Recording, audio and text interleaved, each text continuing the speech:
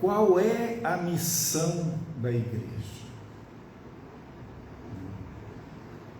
Para que o Senhor estabeleceu a igreja? Abra sua Bíblia, lá no capítulo 1 de Atos dos Apóstolos.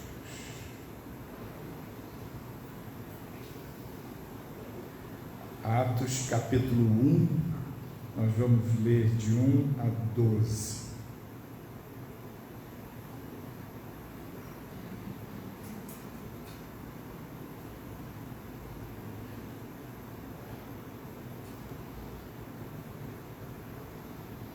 Eu estou lendo aqui na revista, na edição, revista corrigida Fiel.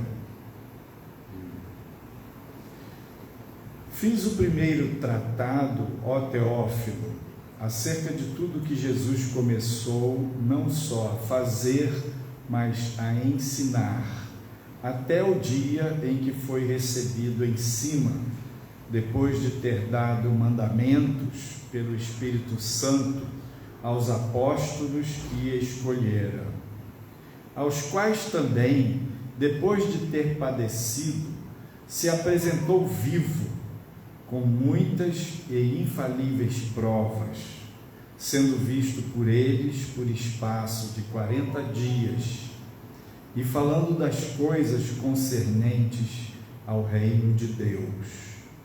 E, estando com eles, determinou-lhes que não se ausentassem de Jerusalém, mas que esperassem a promessa do Pai, que, disse ele, de mim ouvistes. Porque, na verdade, João batizou com água, mas vós sereis batizados com o Espírito Santo, não muito depois destes dias. Aqueles, pois, que se haviam reunido, perguntaram-lhe, dizendo: Senhor, restaurarás tu neste tempo o reino a Israel? E disse-lhes: não vos pertence saber os tempos ou as estações que o Pai estabeleceu pelo seu próprio poder. Mas recebereis a virtude do Espírito Santo, que há de vir sobre vós, e ser-me-eis testemunhas, tanto em Jerusalém, como em toda a Judéia e Samaria, e até aos confins da terra. E, quando dizia isto, vendo eles, foi elevado às alturas, e uma nuvem o recebeu, ocultando-o aos seus olhos. E, estando com os olhos fitos no céu, enquanto ele subia, eis que junto deles se puseram 2 homens vestidos de branco, os quais lhes disseram: homens galileus, por que estáis olhando para o céu? Esse Jesus, que dentre vós foi recebido em cima no céu, há de vir assim como para o céu o vistes ir. Então voltaram para Jerusalém, do monte chamado das Oliveiras, o qual está perto de Jerusalém, à distância do caminho de um sábado. Vamos fazer oração. Obrigado, Pai, por esse culto, por esses louvores, pelas orações, pelas nossas petições, as ações de graças.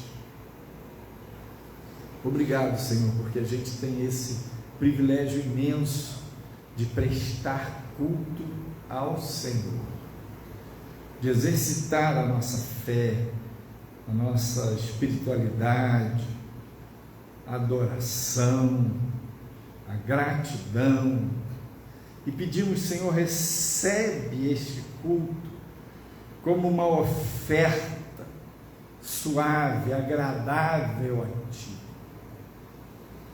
E agora também, Senhor, abrimos a nossa mente, nosso coração para te pedir, vem e fala, continua ministrando, falando, ensinando, iluminando a cada um de nós, dando-nos o alimento espiritual, dá-nos aquele pão do céu,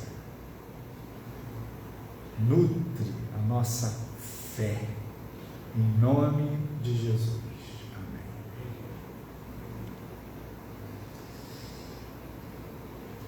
Qual é a missão da igreja? Para que o Senhor estabeleceu a igreja? Veja, o objetivo final de Deus é estabelecer o seu reino. Pense que a igreja não é o reino, mas a igreja é um canal, um caminho, um instrumento de Deus para estabelecer o reino de Cristo na terra. E a igreja é a porta-voz, é a portadora da mensagem de Jesus. A igreja é o corpo de Cristo na terra. Jesus veio em carne, homem, o Verbo que se fez carne, Deus assumiu a forma humana para se comunicar conosco, expressar na nossa linguagem que poderíamos entender o amor dele. Andou de maneira reta, santa, justa, sem pecado. E ofereceu-se como cordeiro pelos nossos pecados, em sacrifício vivo, derramou seu sangue, ressuscitou dentre os mortos. E aqui neste texto de capítulo 1 de Atos dos Apóstolos, Lucas, que escreve o livro de Atos, ele cita que ele fez um primeiro tratado, é o Evangelho de Lucas, e agora ele então dá o fechamento, porque termina o Evangelho de Lucas falando exatamente isso, Jesus dizendo para os discípulos, vocês têm que ficar em Jerusalém,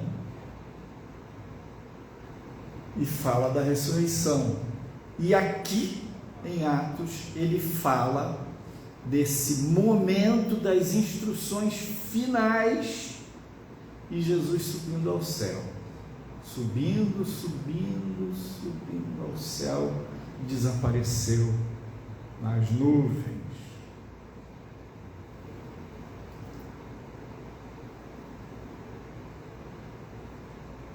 E este acontecimento, conforme o relato de Lucas aqui, no verso 3 diz, aos quais também, depois de ter padecido, se apresentou vivo, com muitas e infalíveis provas, sendo visto por eles, os apóstolos e parte dos discípulos, por espaço de 40 dias, e falando das coisas concernentes ao reino de Deus.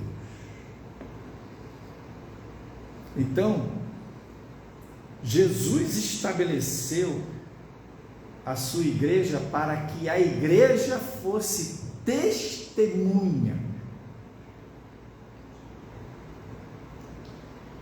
que a igreja, os discípulos, os apóstolos participaram com Jesus, viveram todo aquele sofrimento como testemunhas, como observadores,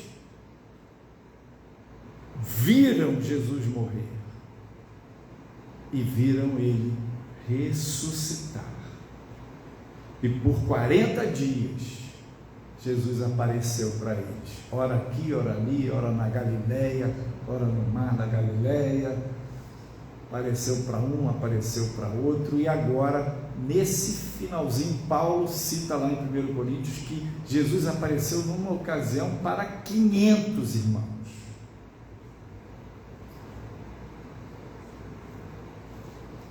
Neste momento aqui, ele aparece para os discípulos, dá as últimas instruções e sobe. No verso 4 diz: e estando com eles, determinou-lhes que não se ausentassem de Jerusalém, mas que esperassem a promessa do Pai, que, disse ele, de mim ouvistes. Então ele falou: olha, se aquietem, aguardem em Jerusalém, não saiam de Jerusalém, e esperem a promessa do Pai. Que promessa era essa? Verso 5: porque na verdade João batizou com água, mas vós sereis batizados com o Espírito Santo não muito depois destes dias. Esta é a promessa do Pai. Esta é a promessa que Jesus falou em nome do Pai, para que os discípulos ficassem em Jerusalém e aguardassem. E aqui, por exemplo, Lucas, ele dá muitos detalhes, é muito interessante. Ele diz: essa subida de Jesus ao céu foi no 40º dia, 40 dias ele apareceu para cá e para lá, e aí ele subiu. E ele falou: fica em Jerusalém. No capítulo 2 de Atos, acontece o Pentecostes, é a festa do Pentecostes, e essa festa acontecia 50 dias depois da Páscoa. Então vinha a Páscoa, contava-se 7 semanas, 7 sábados, e no primeiro dia da semana, o 50º dia, era a festa do Pentecostes. Então aqui a gente sabe, Jesus ficou no primeiro dia da semana, logo após a Páscoa. Ele ressuscitou, se apresentou aos discípulos, e 40 dias depois ele subiu ao céu. 10 dias depois aconteceu o Pentecostes.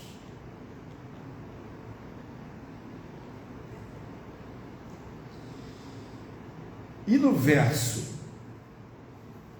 6, enquanto Jesus está dando essas últimas instruções: fiquem em Jerusalém, vocês vão ser batizados pelo Espírito Santo, o verso 6, os discípulos disseram: aqueles, pois, que se haviam reunido perguntaram-lhe, dizendo: Senhor, restaurarás tu neste tempo o reino a Israel?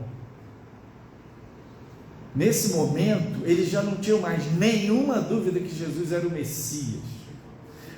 Neste momento, para eles já estava claro a divisão, a separação daqueles 2 grandes blocos das profecias messiânicas. O bloco que dizia respeito ao Messias sofredor para morrer pelos pecados, e o bloco do Messias rei, o filho de Davi, que reinaria em Jerusalém. Porque os judeus, eles o tempo inteiro sobrepunham esses 2 blocos de profecias como numa colagem, e para eles tudo era uma única coisa. Agora não. Mas Eles disseram: tá bom, Jesus, nós vamos aguardar em Jerusalém, vamos receber o batismo do Espírito Santo, mas quando é que o Senhor vai restaurar Israel? Quando é que esse outro bloco das profecias messiânicas vai se cumprir? O Senhor vai restaurar neste tempo o reino a Israel? Jerusalém vai se tornar a capital do mundo? Jesus respondeu no verso 7, disse-lhes: não vos pertence saber os tempos ou as estações que o Pai estabeleceu pelo seu próprio poder. Jesus disse assim: preste atenção, meus filhos, eu estou falando para vocês uma coisa, não perca o foco no que eu estou dizendo. Isso o Pai estabeleceu, tudo isso, todo esse bloco, todas essas profecias vão cumprir-se, mas o Pai é quem estabeleceu, e a seu tempo, não é agora. Verso 8, Jesus reitera, e agora a gente vai no miolo, no foco da missão da igreja. Mas recebereis a virtude do Espírito Santo que há de vir sobre vós, e ser-me-eis testemunhas, tanto em Jerusalém, como em toda a Judéia e Samaria, e até aos confins da terra. Jesus estabeleceu a igreja para, através da igreja, conquistar os reinos deste mundo e estabelecer o seu reino na terra. Como? Os crentes sendo testemunhas dele. Ser-me-eis testemunhas. Então nós, comunidade cristã em Sion, estamos precisando receber a virtude do Espírito Santo. Nós estamos precisando receber um renovo do Senhor. Você, eu, nós, um renovo. Senhor, nós estamos precisando de renovar a nossa vida espiritual. E muitas vezes a gente pensa: como é que eu vou renovar? Como é que esse poder vai renovar em mim? E a gente fica com uma ideia que é assim: eu primeiro preciso receber o Espírito Santo para depois cumprir a missão da igreja. Mas é como se o Senhor dissesse assim: a porção que eu tinha que dar para você cumprir essa missão, eu já dei. Agora você quer receber mais e não cumpre a sua missão de ser minha testemunha. Você quer receber mais do Espírito Santo? Seja minha testemunha, porque o meu Espírito vai estar sobre você, em você, vai falar através de você. Isso vai abrir o caminho para o Espírito Santo fluir através de você. Voltando ao verso 8: mas recebereis a virtude do Espírito Santo que há de vir sobre vós. Pergunto eu: o Espírito Santo já veio sobre você? Sim ou não? Sim. Agora tem a outra parte do versículo que diz: e ser-me-eis testemunhas. Aonde? Em Jerusalém, toda a Judéia e Samaria e até aos confins da terra. Ser testemunha é pregar o Evangelho.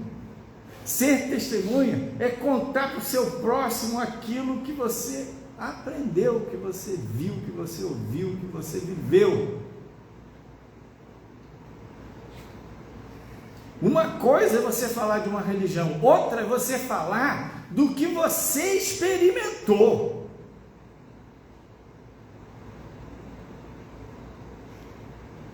Esta é a missão da igreja.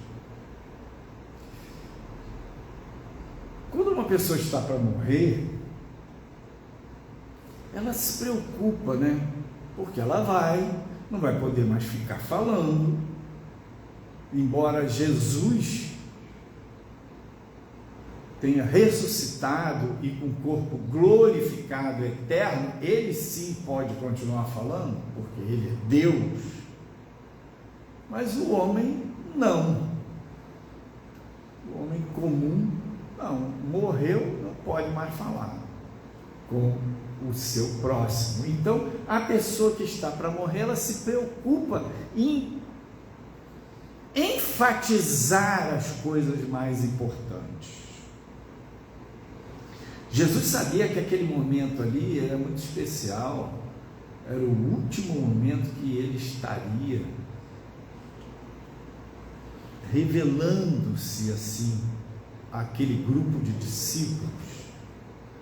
E ele tratou de falar as coisas mais importantes. Então ele disse: olha, vocês esperem em Jerusalém, serão batizados e ser-me-eis testemunhas. Aqui está a missão da igreja: trazer o reino de Deus,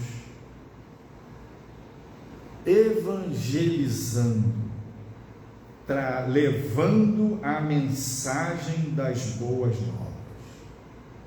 A outra missão da igreja é adorar ao Senhor, honrar ao Senhor, permitir que Ele reine no coração e no meio do seu povo,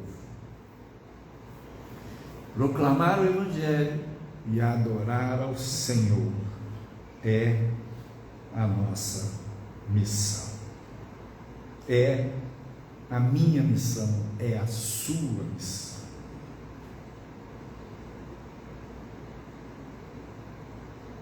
E aí, mas para que eu vou pregar, pastor? Você vai pregar para o seu conhecido, para o seu parente, para o seu irmão. Você vai pregar para o seu colega de trabalho, de escola, de faculdade. Você vai pregar para o seu vizinho. Pessoas do seu convívio social.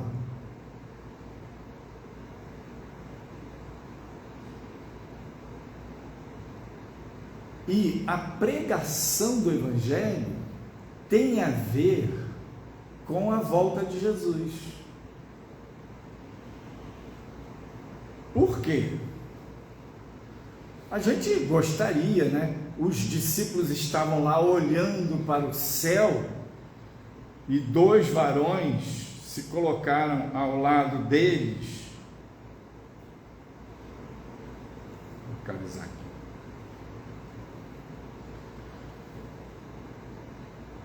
Versos 9 e 10. E quando dizia isto, vendo-o eles, foi elevado às alturas, e uma nuvem o recebeu, ocultando-o aos seus olhos. 10. E estando com os olhos fitos no céu, Jesus falou, foi subindo, eles foram olhando, e ficaram ali, naquele êxtase. Estando com os olhos fitos no céu enquanto ele subia, eis que junto deles se puseram dois homens vestidos de branco. Ou seja, enquanto Jesus estava subindo e eles olhando para o céu, uns anjos do Senhor chegaram lá. Eles nem viram, nem notaram, porque eles estavam com os olhos em Jesus. Verso 11. Os quais lhes disseram: homens galileus, por que estáis olhando para o céu?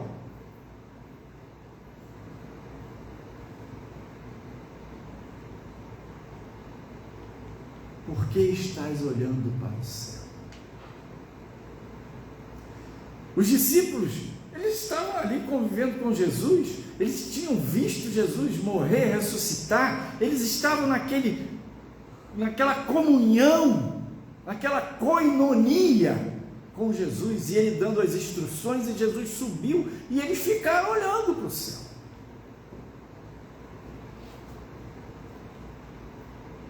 Por que estás olhando para o céu?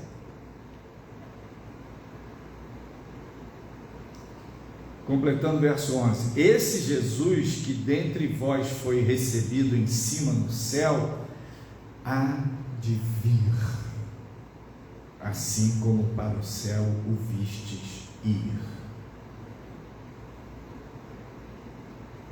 Ele há de vir.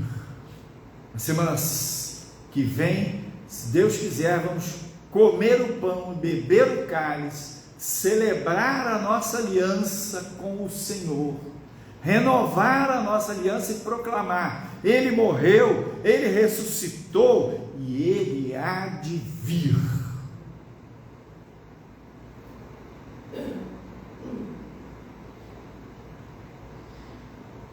Então, essa pergunta dos anjos: por que estás olhando para o céu?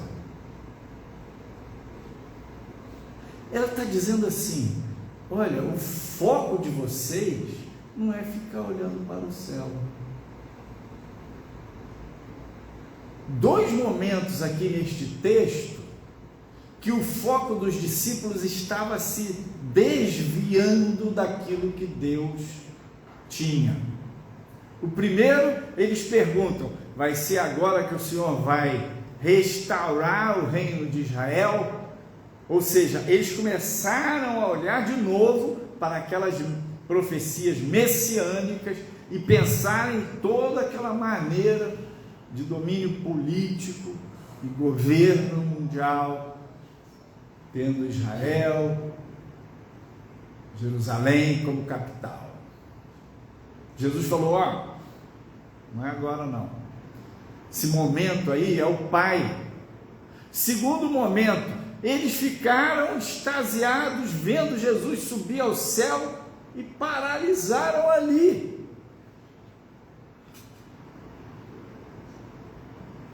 E os anjos: alô, preste atenção, o foco qual é? Para o que o Senhor chamou você? O foco agora é: recebei o Espírito Santo e seja testemunha de Jesus. E aí encerra esse trecho que nós lemos, o verso 12: voltaram para Jerusalém, do monte chamado das Oliveiras, o qual está perto de Jerusalém, a distância do caminho de um sábado.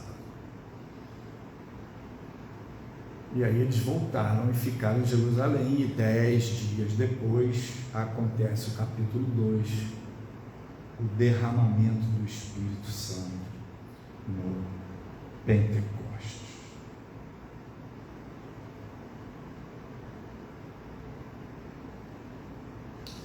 Então, para que você quer poder?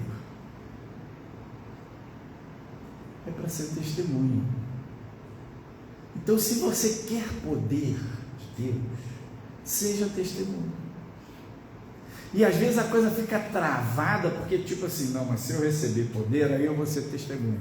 Aí o Senhor diz: seja testemunha, e aí eu mando poder. Eu já mandei para você. A unção já está com você.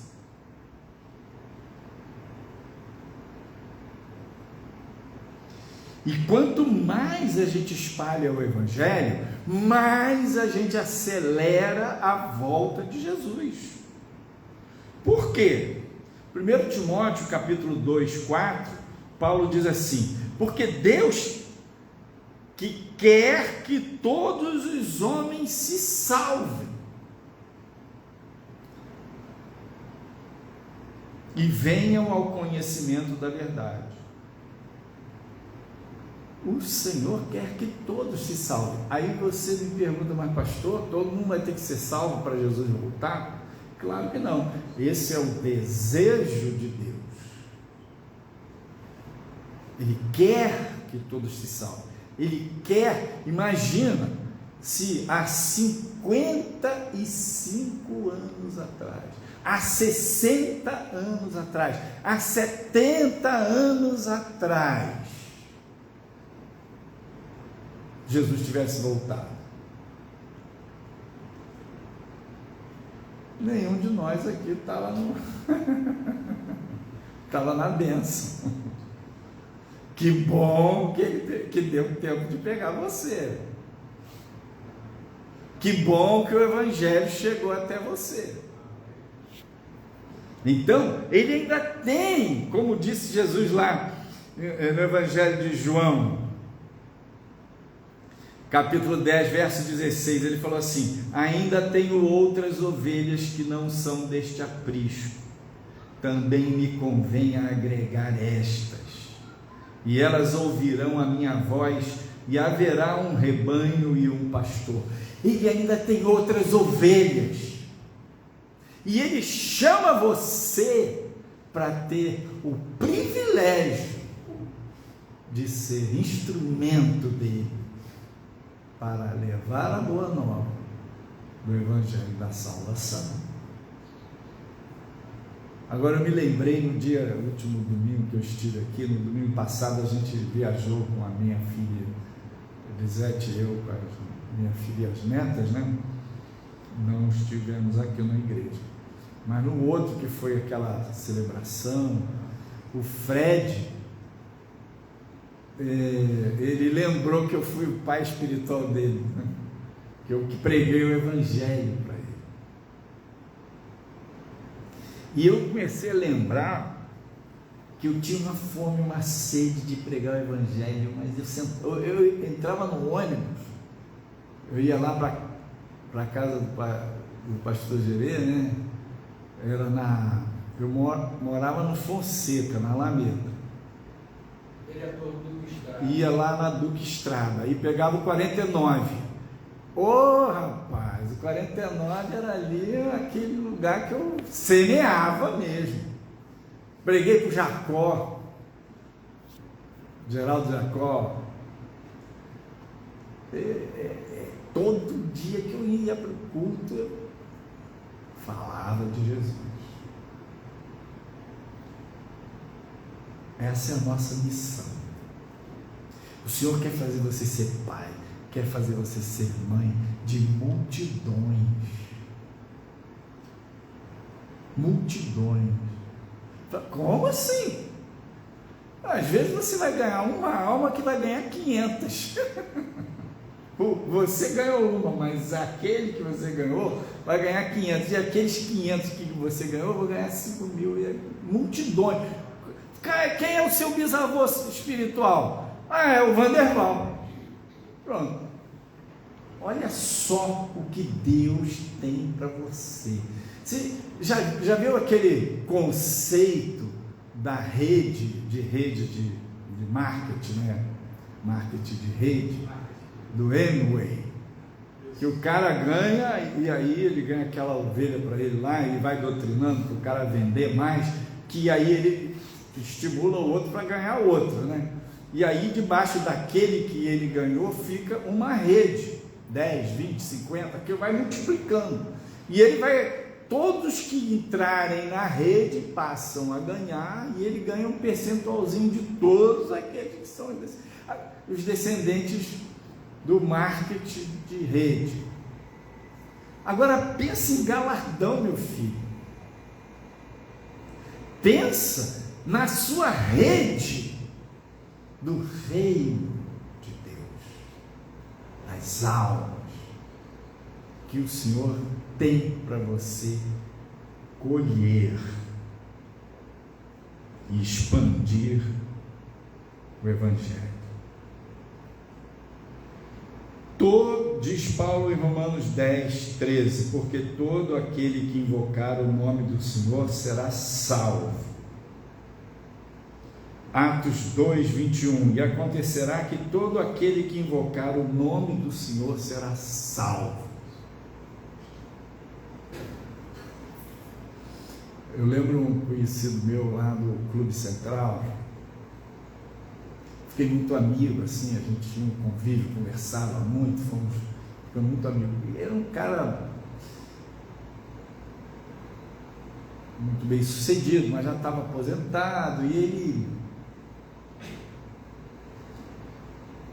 gente muito boa, mas não, zero abertura para o Evangelho.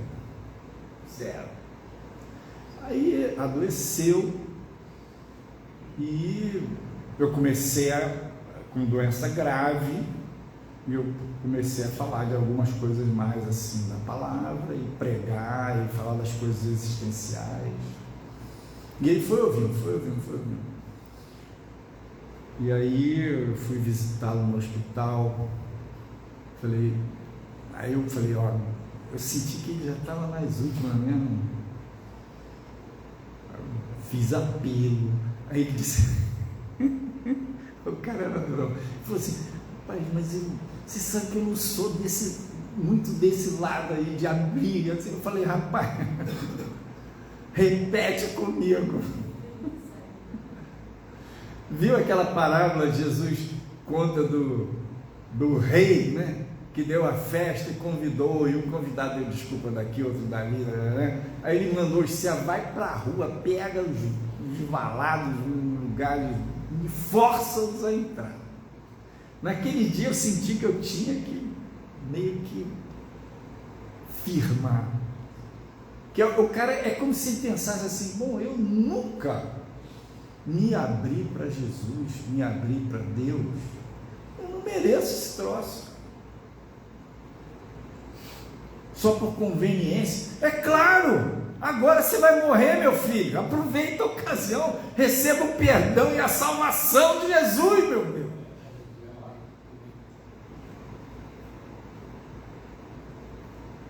Paulo fala assim para Timóteo, pregue a tempo e fora de tempo.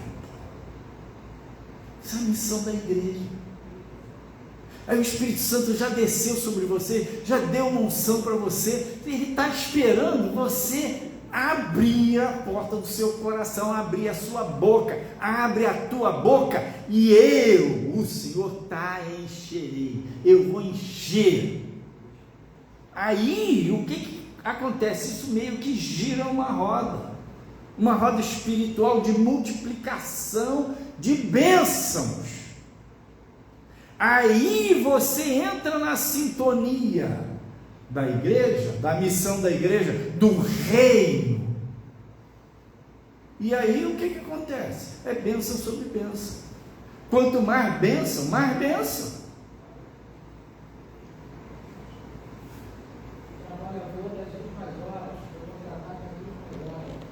O trabalhador das últimas horas, o cara foi contratado na última hora. Ah, não vou trabalhar porque só tem uma hora aqui, nada, eu vou trabalhar. E o contratante, o senhor da terra, não disse quanto que ia dar para ele. Ele também não se fez de rogado. Ele falou, eu vou trabalhar, se ele me pagar 1/10, 1/20, eu vou.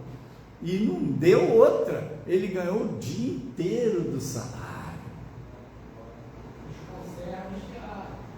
Então, queridos, vamos fazer a obra do Senhor, a missão da igreja. E às vezes a gente fica, por que eu não prego o Evangelho? Se acomodou. Por que eu não prego o Evangelho? Porque eu tenho vergonha. Porque a pessoa vai pensar que eu sou chato. Você já viu como é que funciona um vendedor? Ele tem que ter a delicadeza de te acolher, de te fazer se sentir bem, que você é uma pessoa muito querida. Já viu, né? Vendedor se faz teu amigo assim, em 30 segundos, né? E ao mesmo tempo, ele tem que te vender, ele tem que fazer você sentir que precisa muito daquela roupa, daquele brinco, daquele sapato. Se ele fizer demais, ele vai te espantar, vai te dar um chega para lá. Se ele também não firmar, dá a mão, ele não vende. Então, o Senhor chamou você,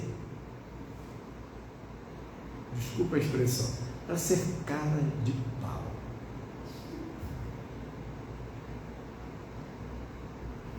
Eu pergunto para você, foi bom alguém pregar para você? Foi bom você aceitar Jesus? Foi bom você comer do pão da vida e beber da água da vida e ter fé e salvação? Então por que você fica de agente secreto do reino de Deus?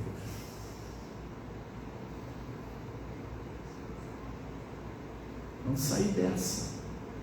Não posso ser agente secreto do reino de Deus. O Senhor não lhe chamou para isso. Ele chamou você para ser arauto do reino.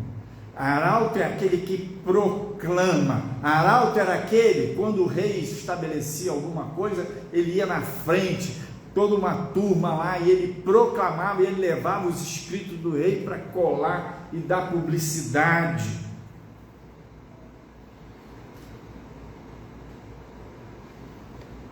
O Senhor chamou você para ser arauto. Então, cumpra, realize. Mas eu não sei como. Você já aprendeu um monte de coisa, compartilha, dá seu testemunho. Por exemplo, uma estratégia que eu tenho sentido que é muito, muito legal, muito boa, assim.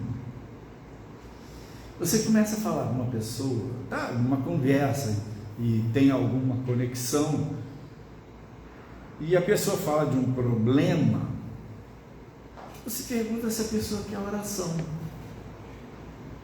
Se dispõe a orar pela pessoa. É muito comum a pessoa não quer aceitar Jesus como seu Salvador, porque ela também tem um inimigo lá em cima dela barreirando. Esse cara crente é assim, vai fazer você isso, botar medo, inimigo perturbando a pessoa. E também ataca você. Você é chato, você é isso, você é sem graça, para aquilo não acontecer. Mas você diz, eu posso orar por você? É muito difícil a pessoa não aceitar a oração. A pessoa gosta de oração, muita gente gosta. Você ora, depois ora de novo, depois a pessoa vai vir e já vai ter a iniciativa de te pedir oração.